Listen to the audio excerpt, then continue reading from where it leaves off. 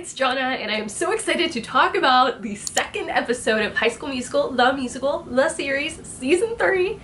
That's a lot to say, I ran out of breath. I literally just finished watching. I just turned it off, so I'm still processing, and I guess I'm going to be processing it on camera. I do want to say that before I watched the episode way earlier in the day today, I predicted who would be who in the Frozen cast, because like I said in the last video, my Frozen casting was very outdated. I did it way back, right when they announced that they would be doing Frozen, and there were characters in it that clearly are not at the camp. So now here's what I think, before watching what I just saw. Courtney as Elsa, and Gina as Anna. I really wanted Carlos as Elsa, but I really don't think that's happening, and I'm so sad about it. I don't think I'll ever recover truly, but Courtney is a great option. I was between Carlos and Courtney before. I think Ricky is going to be Hans, and Jet is going to be Kristoff. And I think that even more after watching this episode. I originally thought that partly because I feel like Ricky can't just keep getting the lead. It becomes very predictable and not always deserved. He shouldn't have been the Beast last season. Seb should have been the Beast.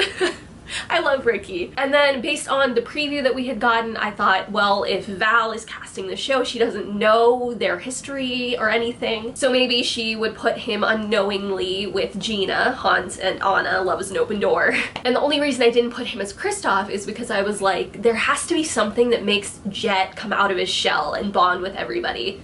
And what better way than to put him as Kristoff and like force him to kind of come out of his shell? We did see him sing in the It's On clip that they shared before the season started, and him and Val seemed like to have fun together in that, and maybe he feels like, I don't know, she did him a favor by making Kristoff, I don't know. I put Ashlyn as Olaf, and I don't know why exactly, I can't really put it into words, but I fully see it. I don't think that Ashlyn is going to be Elsa or Anna. She just came off of being Belle, and I feel like that's predictable.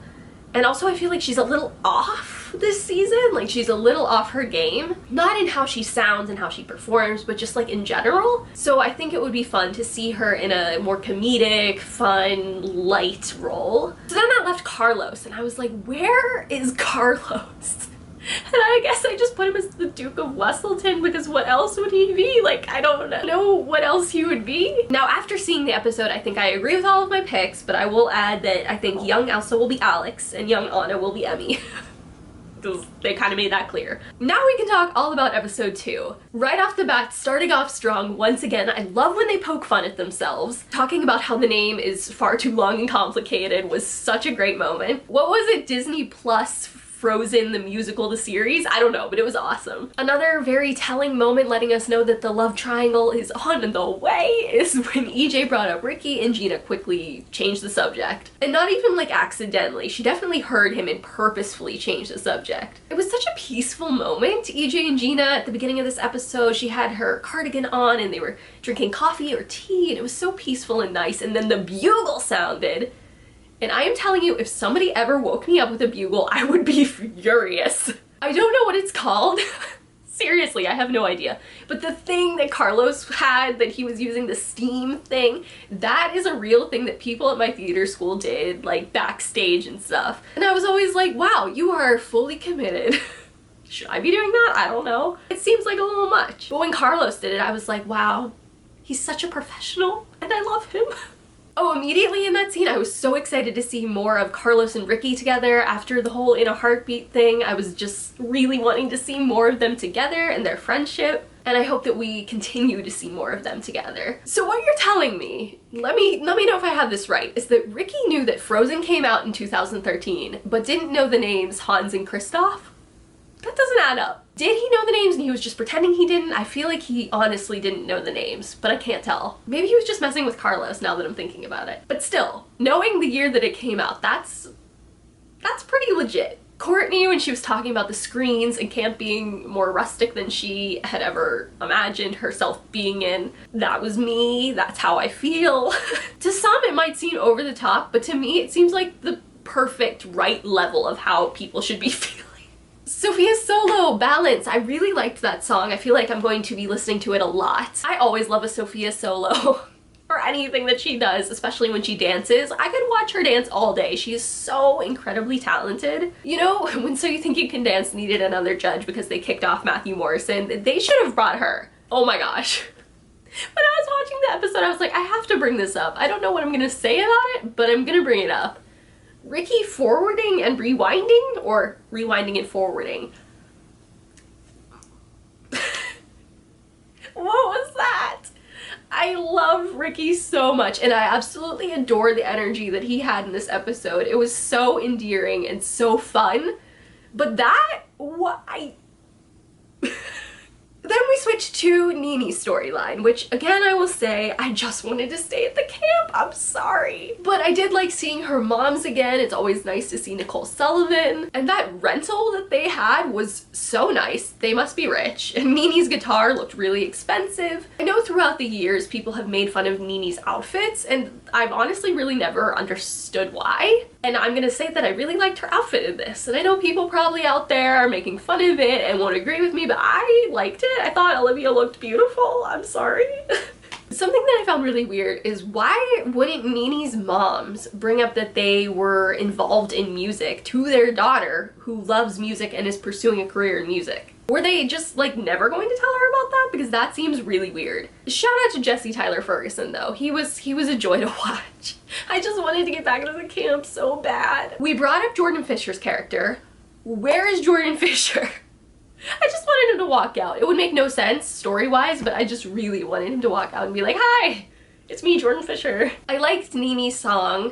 I felt it was a good follow-up to Out of the Old from season 1, and I definitely think it's one I'll be listening to on a regular life basis. Is this the end of Nini? I think, was that her last scene? It kind of felt like her last scene. It's kind of sad in a way, but also I'm just so excited about the camp stuff that's happening. I love it. Back to the camp, Courtney and Maddox's little scene. Right after it, I said out loud, I don't like Maddox, she's mean. And then immediately, and I mean within seconds, I regretted it so much. The look that she gave after their conversation broke my heart. And then her little confessional thing, now I feel really bad that I ever said that. Something that we just said and glossed over is that Gina is TikTok famous. I don't understand why they're not making these TikToks for like social media promotion of the show. I would love to see Gina's TikToks. Maybe they're just Sophia Wiley's TikToks. But that's like a cool thing that we kind of glossed over, and we made a whole thing about Lily's TikTok career, so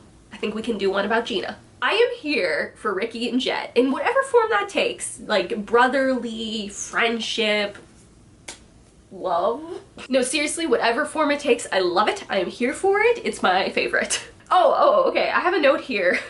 This is wild for me to be talking about because, as some of you may know, I have an irrational fear of Tim Burton animated movies. But I know what the characters look like, and for some reason, Alex's sweater vest thing, cropped sweater vest thing, was making me think of Sally every time she came on screen. Does anybody else see this? Val brought up Nini's British accent thing, and that was such a thing before the show started. Like in her bio when they introduced the characters to us before the series started, they talked about that. And it ended up not being a thing. Like ever. I think it happened once, maybe in the first episode. Seems like a missed opportunity for some comedy. I think my favorite thing that has happened in a long, long time was EJ trying to be Miss Jen, gathering everyone in a circle and singing "Do You Want to Build a Snowman?" That was the best callback ever. Thank you. Whoever wrote that, you have my thanks. It was so funny, honestly. He sounded great. Do we count this as Matt's solo, his official solo? Like, I know we have a billion sorries, but do we count it? I have to say, I love nervous EJ. I don't know, it's so cool to see like another side of him. He's usually very confident and very like, I don't want to say serious, he's not like always serious, but it's just interesting to see another side of him. And I really enjoyed it. When, I was gonna say Jason Earls, when Dewey was talking to Jet in the cabin and he mentioned electives and swimming, why did I think that this was purely a theater camp? Like, are there kids here for sport things and other things besides theater? That's news to me. Ricky sounded so good. When he was singing The First Time in Forever, I was floored. I feel like over the years, Josh's voice has just like evolved so much. In every season, I enjoy it more and more. And for some reason, the two phrases he had in that mashup were just so stellar. They kind of took my breath away. And also Carlos sounded amazing, and I really, really wish that he was Elsa.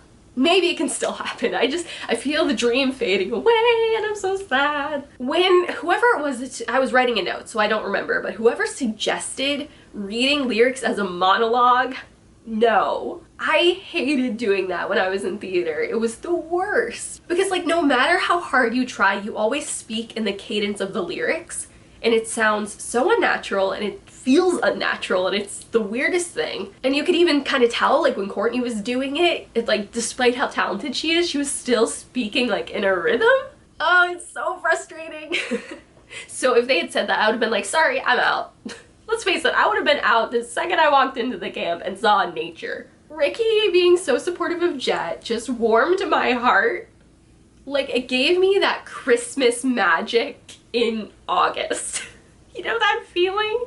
It was just a beautiful feeling. And I'm just so excited to see more of their dynamic. Like I said, whatever form it takes, I am so, so very excited. And also Jet's voice is like, wow. If he had kept that to himself and not auditioned, I would feel so bad for us. It was a beautiful thing once again. Oh, I just realized if he's Kristoff, it'll be so fun to see him like have fun in a role, because right now he's very serious and very quiet.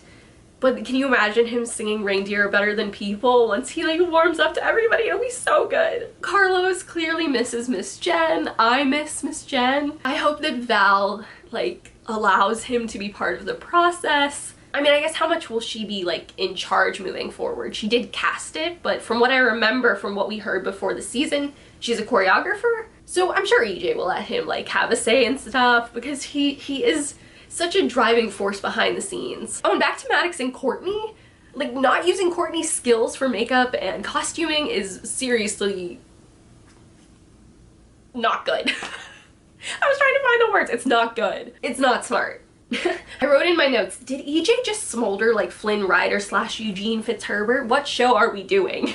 Two final things. One, the honeycomb cabin swing thing is awesome. And two, Carlos crossing out something on the cast list and like writing something else, does he think that's going to change the result? Carlos, I love him so, so dearly and he is my fave, but what? You can't just cross it out and expect the result to be different, and I wonder what he crossed out. I guess we'll find out next time. I wish that they attached the sneak peek for next week to the episode because I really want to see what's next. I need a little taste. Let me know in the comments what you thought about episode 2. I'm so excited to read, and I will see you next week for episode 3. Just so weird to say because I feel like it's going by so quickly, and I kind of want it to slow down so we can savor the moment. Anyway, I love you all. Stay beautiful, you people. Bye!